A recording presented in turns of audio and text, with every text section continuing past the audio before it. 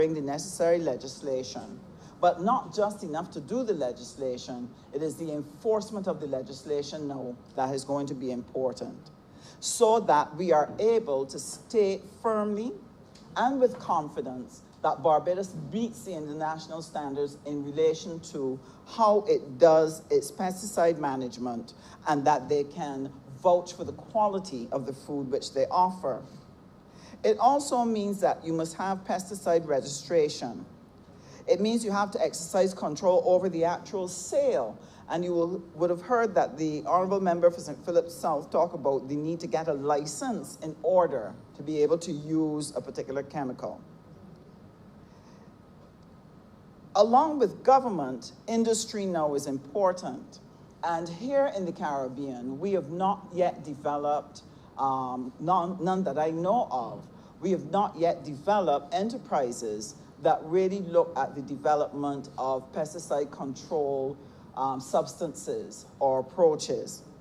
And perhaps that might be an opportunity for us to be able to investigate and research better ways of the management of pesticides, and to be able to take something to the world in terms of turning out enterprises that can offer these as products or services to the farming community in Caricom and further abroad. Internationally, there is a lot of assistance for countries who are seeking to transform their agriculture. Indeed, in the post-Cotonou agreement that will soon be signed between the European Union and the CARIFORUM countries, one of the areas that comes up for consideration in the agreement is the issue of smart, sustainable agriculture. And what we've noted in international organizations is that they're seeking to assist various countries in being able to establish the analytical laboratories which we need to be able to do the necessary investigation.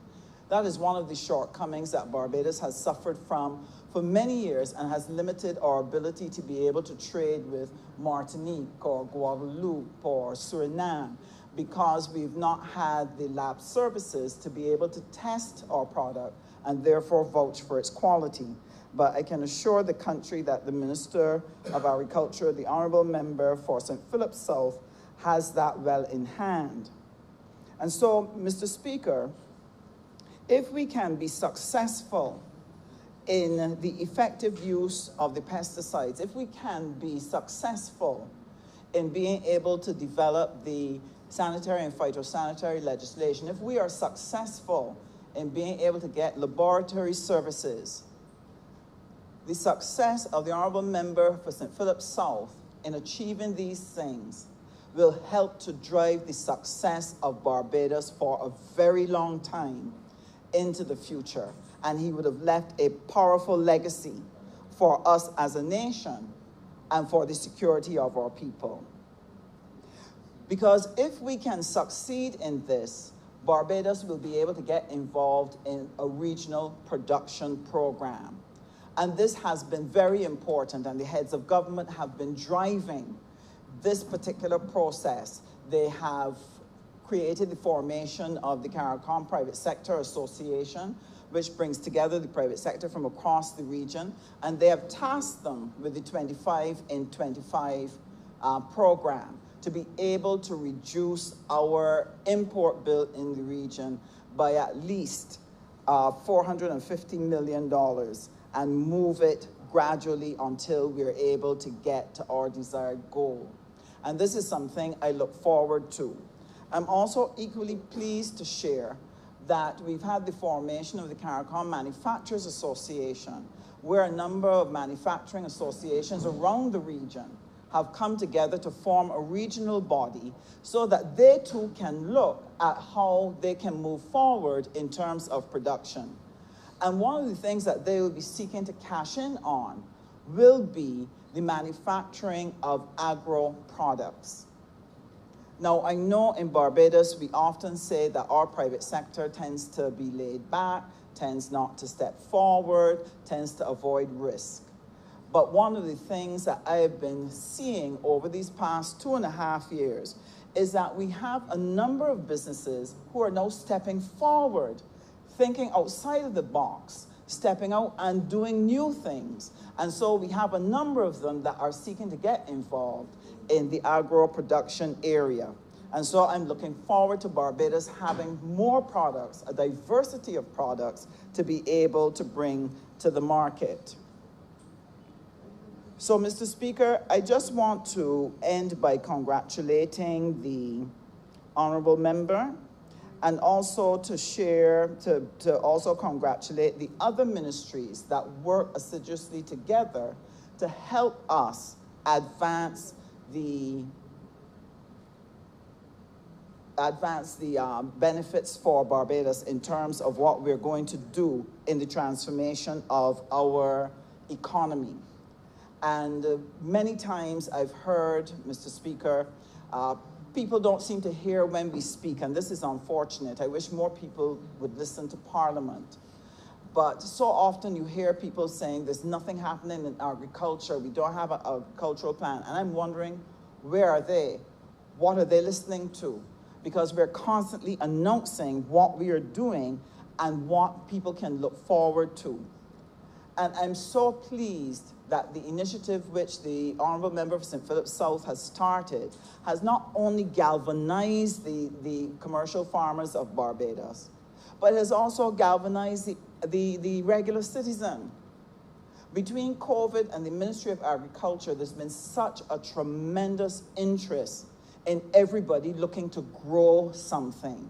Even in a constituency as urban as St. James South, there has been an explosion of people who formerly did not have time to grow anything, who are now engaging in growing things in their backyard. And one of the things that I'm looking forward to is the Ministry of Agriculture being able to assist them by helping them to know the best ways in which to manage pesticides and the best ways in which to manage their crops so that they will have success in producing wholesome food that they can put on their tables. And so, Mr. Speaker, I just want to thank you for the opportunity to share and to thank the honourable member for bringing to this House the issue of pesticides management, giving us the opportunity to take control and to improve our health by making sure that we do not use harmful substances in the management of our agricultural production. I'm obliged to you.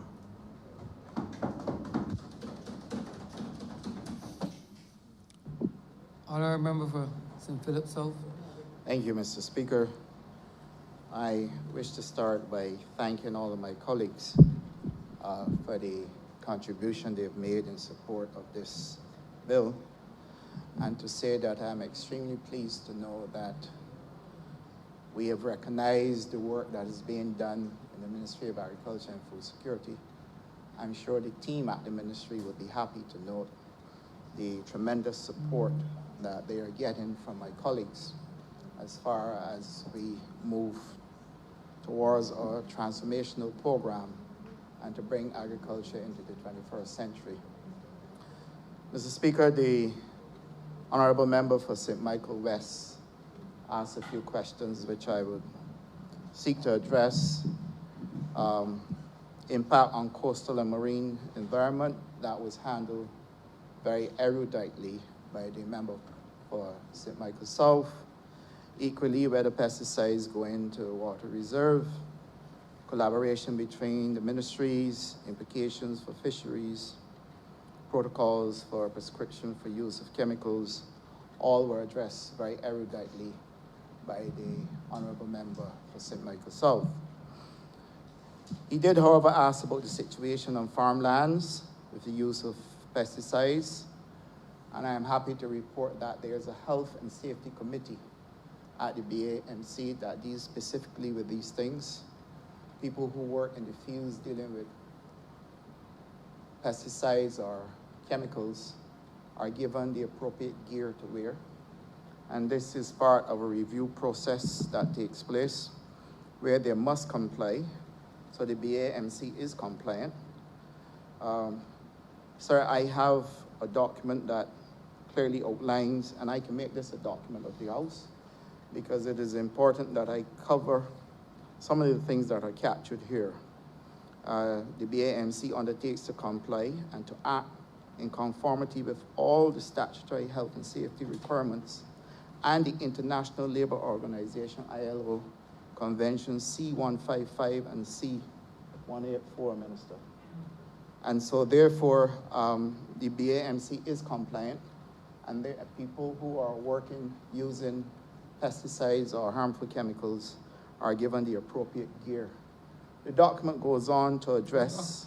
Armor document is from where? What document is it? This is a document from the General Safety and Health Policy Statement from the BAMC. So I can make this a document of your house, Mr. Speaker. That, I believe, should address the concerns that were raised by the honorable member, the honorable leader of the opposition. And so, Mr. Speaker, I would like also to mention that in terms of testing, we have had conversation, as I mentioned before, at Cabinet, to deal with the strengthening of Barbados's national agriculture, health, and food control systems. And once the unit is established and we have the resources, Barbados also will be in a position to do its own testing through our sanitary and phytosanitary protocols. And these measures, a lot of work really has already been done. There are standards, manuals, and everything that are in place, but it's for us to continue that work, and we therefore need to present an entire budget for all this to Cabinet and then take this forward. It would mean legislative changes taking place as well, and we are pretty much on course to having this done. The honorable member for St. Michael South Central made some very important points, and I'm particularly pleased to note her interest in the development of agriculture and the transformational work that we are doing at the ministry. She mentioned food labeling and testing, and truth be told, once we have the SPS standards in place, SPS measures and protocols in place, all these things would form naturally into what will take place under those protocols. Mr. Speaker, the agriculture land use policy as well. This is a work in progress.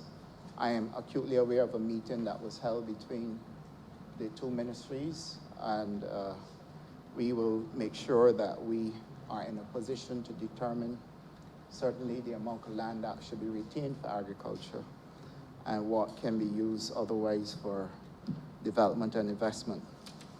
So, Mr. Speaker, with that being said, I believe that we have captured pretty much all that was needed, and I now beg to move that this bill be read a third time. A second time, honorable member. Second time, Mr. Speaker. The question is that this bill be read a second time. All those honorable members in favor, please say aye. Those against, please say no. We think the ayes have it. Mr. Speaker, I beg to move that you do now leave the chair to allow for this bill to be considered in committee. The question is that the Speaker do not leave the chair and the House resolve itself into committee for further consideration of this bill. All honorable members in favor, please say aye. Those against, please say no. We think the ayes have it.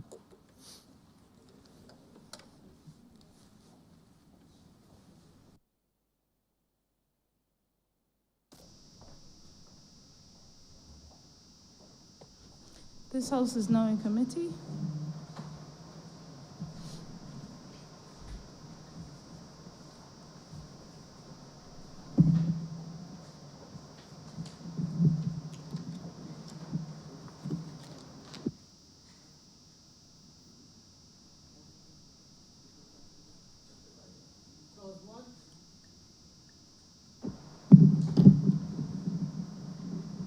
I'd like to move that clause 1 do stand part.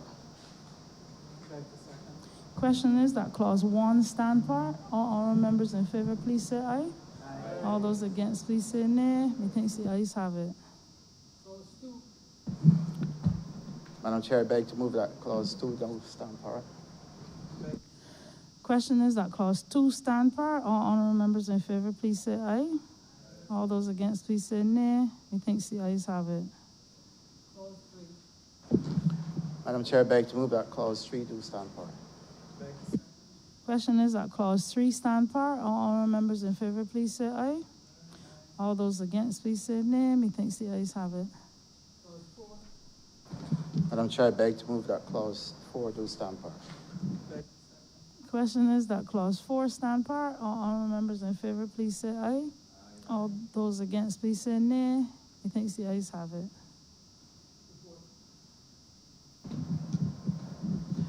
Madam Chair, I beg to move that you do now report the passing of one bill in committee.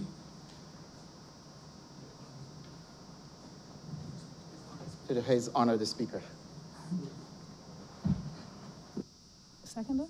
Question is that I do now report to His Honor the Speaker the passing of one bill in committee. All honorable members in favor, please say aye. All those against, please say nay. Methinks the ayes have it.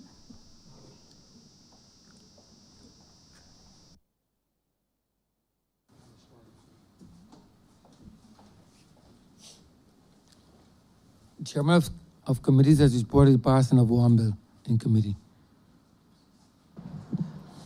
Mr. Speaker, I beg to move that this bill be now read a third time. Question is that the bill be read a third time. All those honorable members in favor, please say aye. Those against, please say no. Me think the ayes have it. Mr. Speaker, I do beg to move that this bill be now passed and cited as one bill, the Pesticides Control Amendment Bill 2020. Act 2020. The question is that the aforementioned bill be passed and so cited. All those honorable members in favor, please say aye. Those against, please say no. Me think the ayes have it. This bill is passed and so cited.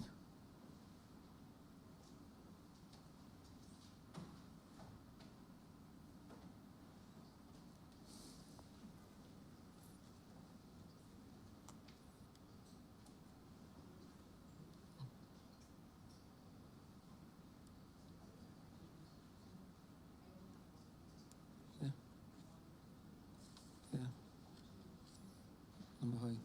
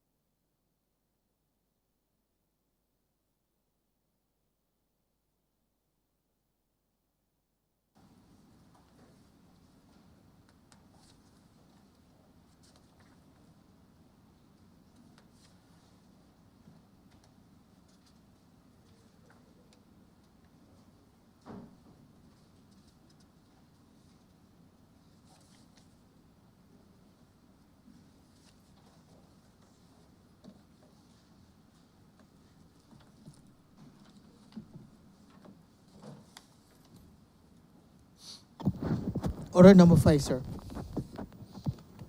Order number 5, in the name of the Honorable Minister of Housing, Lands and Maintenance, to move the passing of the resolution to approve, in accordance with Section 5 of the Crown Lands Vesting and Disposal Act, Chapter 225, the vesting in the Barbados Tourism Investment, Inc., a company incorporated under the Companies Act.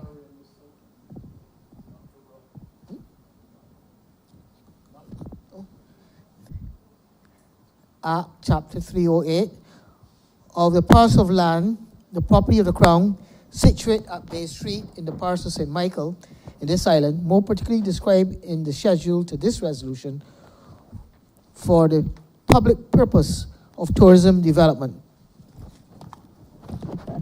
Honourable Member for Christchurch West. Thank you very much, Mr. Speaker. I don't intend to delay the House very long on this matter. This is a very small parcel of land, 24.5 square meters, approximately 240 square feet, the equivalent of less than 2 car park spaces. Essentially, when this land was first vested in BTII, Subsequent to that, when a further survey was done, it was found that a little bit more of beach land had in fact accreted. And that accretion of land is what we are now requiring to be vested in BTII, so that we can complete this, this legal matter of this vesting and then the sale of the land to the interested party, so that we can get on with the construction of the tourism investment that's being there. So when this was first done on May 28th, when the House approved the resolution, it was 69 square meters of land at Browns Beach, Bay Street, Michael. But what has happened is, subsequent to that, when a further survey was done, it was found to have increased to now 93.5 square meters because of the amount of accretion that we're seeing there on that land, which is the area that is between two parcels of land, which was a drain. And when I think of that drain, you know, Mr. Speaker, many years ago, that land, that sea actually used to come up almost to the back of the buildings. I remember as a boy going just behind those buildings, and the sea actually used to come up all the way to almost hitting the walls. And to see how so much beach has accreted, how much sand and beach has accreted there now, and made it almost one of the best beaches in Barbados. Very popular amongst locals and visitors alike.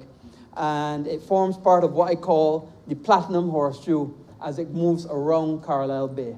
So this is a small vesting of 240 odd square feet, so that we can tidy up this transfer over to BTII and get going with the development in the area. So I'd ask that this resolution do not pass.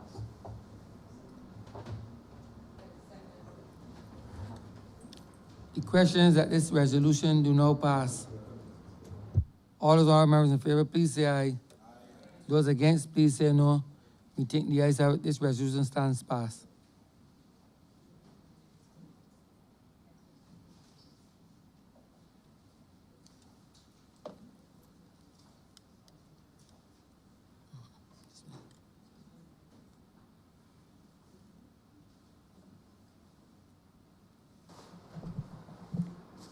Honorable Leader, Government Business. Thank you, Mr. Speaker. I beg to move the suspension of the sitting until 3:45 p.m. Seconder, please. The question is that this honorable chairman be suspended until 3:45 p.m. All those honorable members in favor, please say aye. Those against, please say no. Me think the ayes have it. This honorable chairman stands suspended until 3:45 p.m.